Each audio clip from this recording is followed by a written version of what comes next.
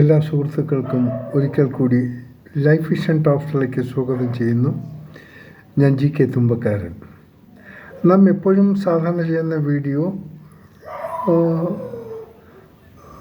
പല കാര്യങ്ങളെക്കുറിച്ചാണ്. എന്നാൽ ഇപ്പോൾ ചെയ്യുന്നൊരു വീഡിയോ ചെറിയൊരു നേരം പോക്കിനുള്ള വീഡിയോ ആണ്. എല്ലാവരും ഒന്ന് ശ്രദ്ധിക്കണം, കൂട്ടുകാർക്ക് ഷെയറിങ് ചെയ്യണം. സംഭവം നടന്നത് നമ്മുടെ ആലപ്പുഴയിലായിരുന്ന സംഭവത്തിൻ്റെ പര്യവസാനം.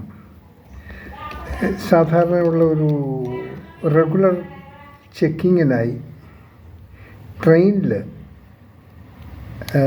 നമ്മുടെ പോലീസുകാർ ഒരു എസ്ഐയെ കണ്ടെത്താൻ സാധിച്ചു.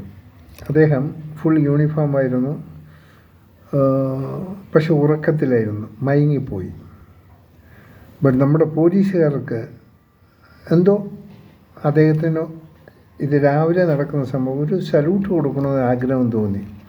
പ്രത്യേകിച്ച് യൂണിഫോം ധരിച്ചിരിക്കുന്ന നമ്മുടെ വർഗത്തിൽപ്പെട്ട ഒരാളാണല്ലോ. അതുകൊണ്ട് ഏതോ കാരണങ്ങൾ കൊണ്ട് ഈ സല്യൂട്ടിൻ്റെ സൗണ്ട് കേട്ടാണ് അതല്ലയോ അദ്ദേഹം ഉണർന്നു. എസ്ഐ ഉണർന്നു. അദ്ദേഹത്തിൻ്റെ cab, name plate, good uniform ഒക്കെ ആയിരുന്നു.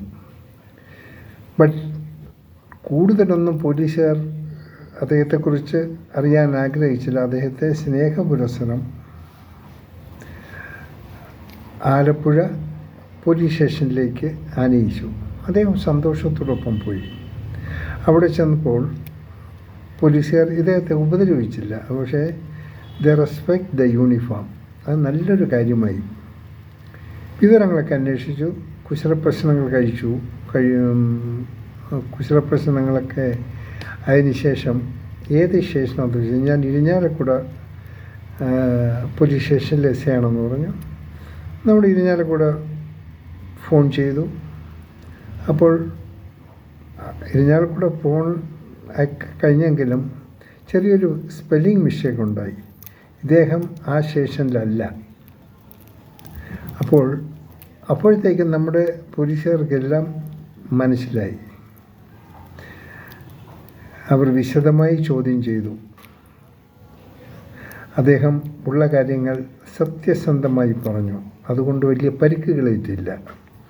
ഇദ്ദേഹം ജീവിതത്തിൽ ഒരിക്കലെങ്കിലും പോലീസ് യൂണിഫോം ധരിക്കണമെന്നുള്ള വലിയൊരാഗ്രഹമായിരുന്നു.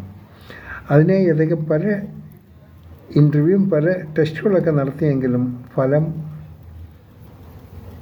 അദ്ദേഹത്തിന് ആ യൂണിഫോം ഇടാൻ ഉള്ള ഭാഗ്യം ലഭിക്കാത്തതായിരുന്നു. അങ്ങനെ വലിയ വിഷാദ രോഗിയായി അദ്ദേഹം മാറിയെങ്കിലും അദ്ദേഹത്തിൻ്റെ കോൺഫിഡൻസ് അദ്ദേഹം വിട്ടില്ല. അറ്റ് ദ ലാസ്റ്റ് അദ്ദേഹം സ്വന്തമായി യൂണിഫോം തുന്നി, ക്യാബ്, നെയിം പ്ലേറ്റ്, സ്റ്റാർ ഒക്കെ, ഷോൾഡർ ടൈറ്റ് ഒക്കെ എടുത്തു.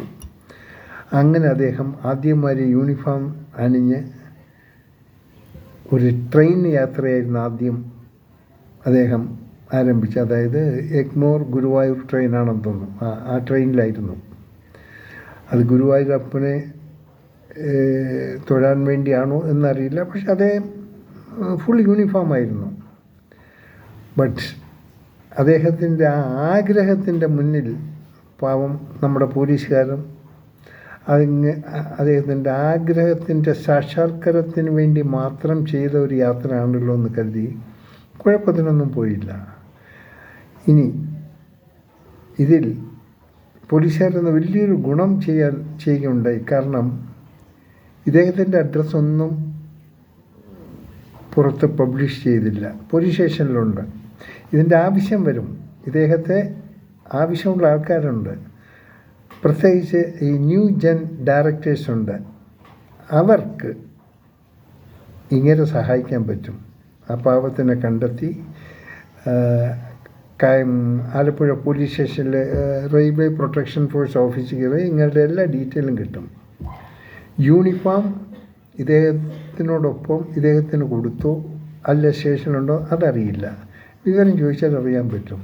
നിങ്ങൾക്ക് ഏതെങ്കിലും ഒരു എസ്ഐയുടെ റോൾ ആവശ്യമുണ്ടെങ്കിൽ ആ പാപത്തിനെ ഒന്ന് കൺസിഡർ ചെയ്യണം.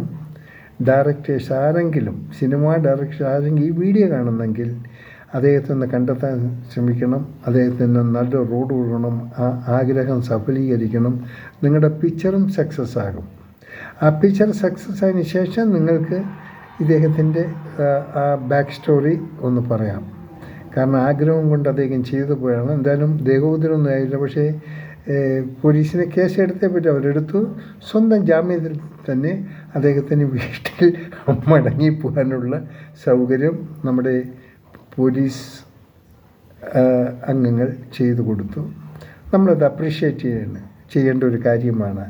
ആഗ്രഹം കൊണ്ട് അദ്ദേഹത്തിൻ്റെ ആഗ്രഹമായിരുന്നു.